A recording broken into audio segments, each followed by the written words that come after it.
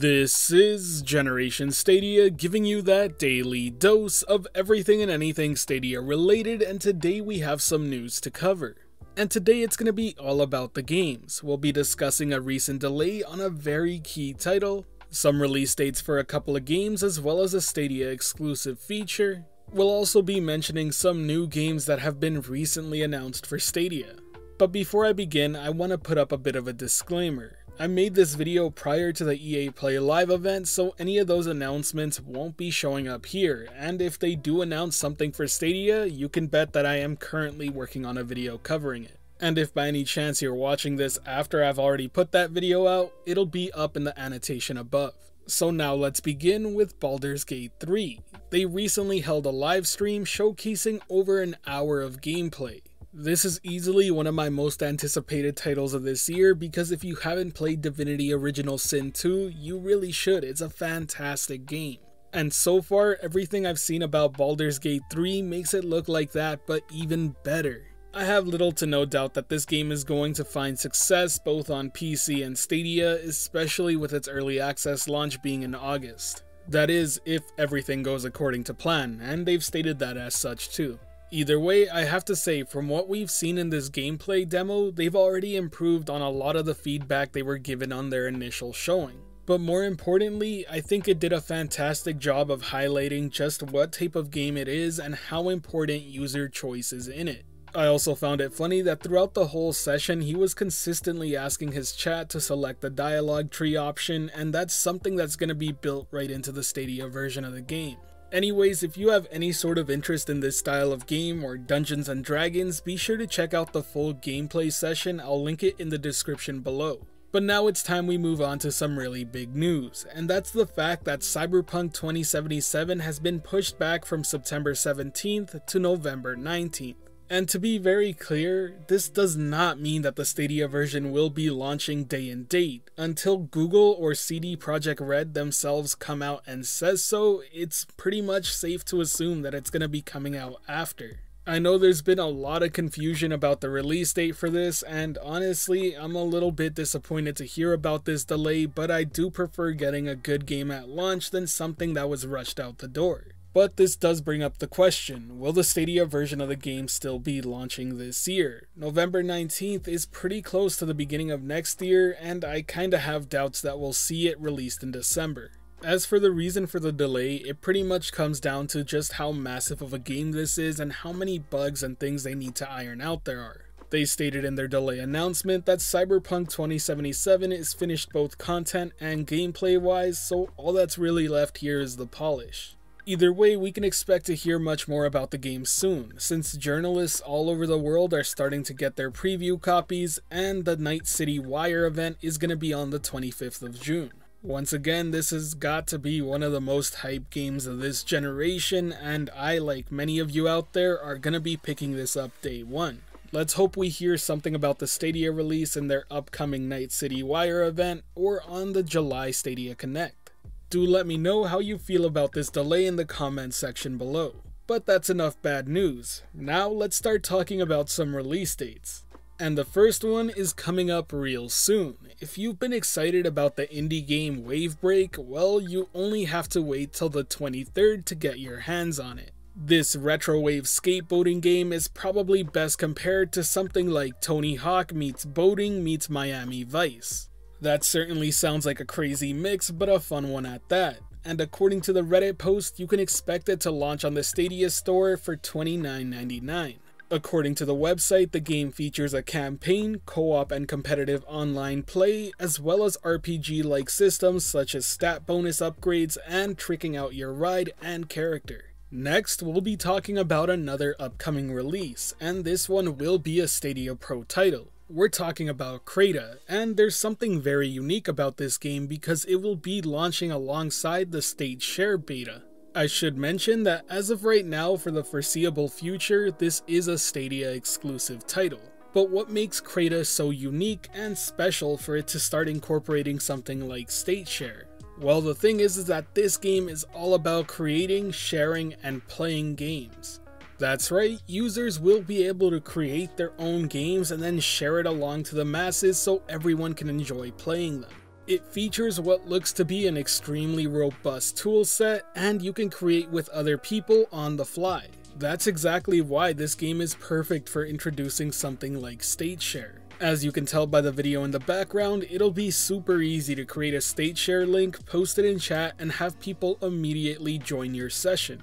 That's also why it was a fantastic idea making it a Stadia Pro title so as many users as possible have access to it day one. There have already been some great examples of games created on the fly, and I would really point you toward Crayda's YouTube channel where they've done many live streams showing this. It's pretty impressive to see just how robust that toolset is, and they've already got game modes like Prop Hunt up and running. The last thing I'll mention about Crayda here is that it will be launching free on Stadia Pro, but will also have a deluxe edition available for purchase. It'll come with some digital content like exclusive cosmetics, a permanent XP boost, and 1000 Crayda credits. The full deluxe edition will be on sale for $59.99, but you can also upgrade if you have the premium edition, which is given as a Stadia Pro title. The pricing for the premium edition is $39.99 for non-pro subscribers, the upgrade is $24.99, and as I stated earlier, the full deluxe edition is $59.99. The next title we'll be talking about is Cris Tales, another indie game inspired by JRPGs. In fact, it's described as an indie love letter to classic JRPGs with a new perspective. The unique feature about this game is that it will let you peer into time, so you'll be looking at the past, present, and future to dynamically change the battle.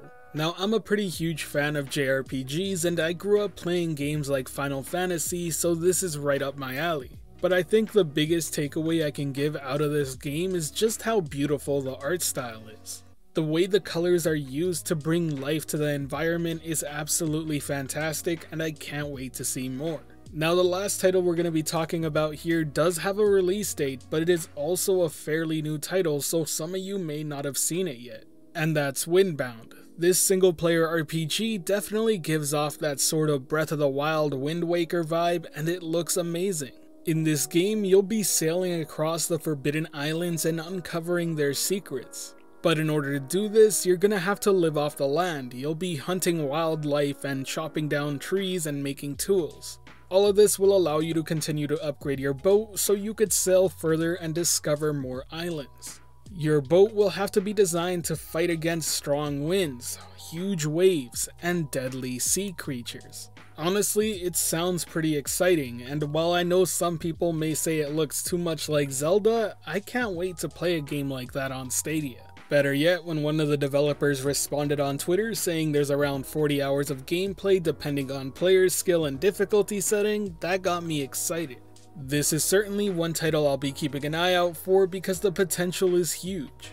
Now, this was about all I was going to talk about in this video, but I'm actually adding this after the video was done as I just finished watching the EA Play Live event. And I know at the beginning of the video I said I wouldn't talk about that in this video, but frankly speaking there wasn't too much to talk about. Throughout the whole presentation, Stadia didn't get a single mention, but there is something I want to bring up. But before I begin, I need to give a quick shout out to MM2K from Stadia Dosage, Chase from Stadia Talk, and Eddie from Eddie Player One. During Eddie's livestream of the EA Play Live event, they found a very interesting article. This article coming straight after the event from the Washington Post. In that post, it stated that Apex Legends was coming to Stadia. And it didn't just say it once, it showed up twice in the entire article. Now, I do need to point out this was not officially announced by EA, and they did remove this and put a correction notice at the top of the article.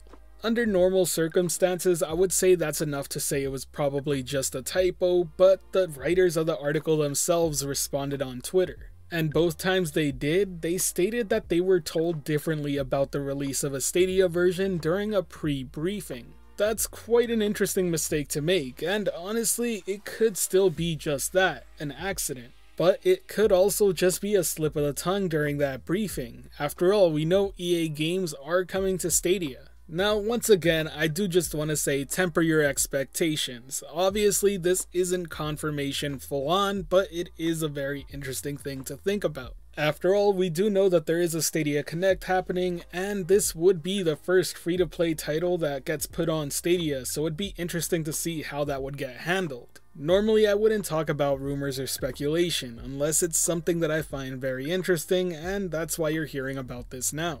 The last thing I'll share with you is the correction notice they put on top of the article, which states the following.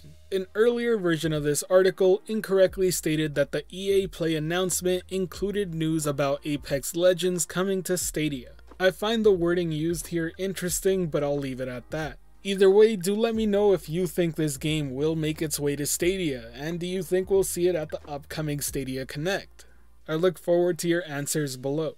Anyways, if you enjoyed this video or found it helpful at all, be sure to hit that like button as it really does help the channel out, and if you're wanting more content like this, be sure to subscribe and hit that notification bell as well. Today's end of video message is going to be a quick question. Out of the games that I talked about in today's video, which one are you most excited for? I'm assuming many of you were going to lean toward Baldur's Gate 3 or Cyberpunk 2077, but I'm curious about how many of you are excited for things like Windbound or Wavebreak.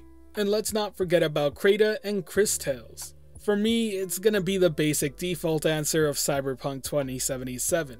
It's a title I've been super hyped for and I can't wait to play it. Anyhow, as always, thank you for watching this video. This has been Generation Stadia, giving you that daily dose of everything and anything Stadia related. The Gen S community is over 4,300 strong and growing by the day, and until next time, I'll catch you in the clouds.